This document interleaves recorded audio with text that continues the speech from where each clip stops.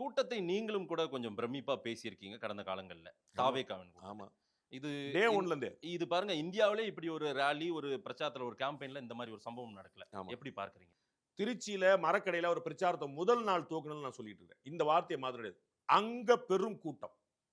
ஆனால் இந்த road show வந்து அவர்கள் ஆர்கனைஸ் பண்ண கூட்டம். திட்டமிட்ட தாமதம். இத நான் முதல் நாள் சொல்லியிருக்கேன். நீங்க எடுத்து பாத்துங்க. இன்னைக்கு நான் வந்து சம்பவம் நடந்த பிறகு எல்லாரும் பேசுற மாரி நான் பேசுறவன் கிடையாது. ம். மரக்கடையில முதல் கூட்டத்தின் போது சொல்லியிருக்கேன். அந்த முன்னாடி ஒரு கார போட்டு, காருக்கு முன்னாடி 4 ஆள நிப்பாட்டி வச்சுட்டு, நடந்து போய் ஜானவாச கார் மாரி போயிட்டு இருக்காங்க. அது திட்டமிட்ட ரோட் ஷோங்கிறது வந்து ஆர்கனைஸ்டு. ரோட் ஷோ வந்து நேச்சுரல் ஆர்கானிக் கிடையாது. நான் அன்னைக்கே சொல்லியிருக்கேன். அன்னையில அத்தனையும் சொல்லியிருக்கேன்.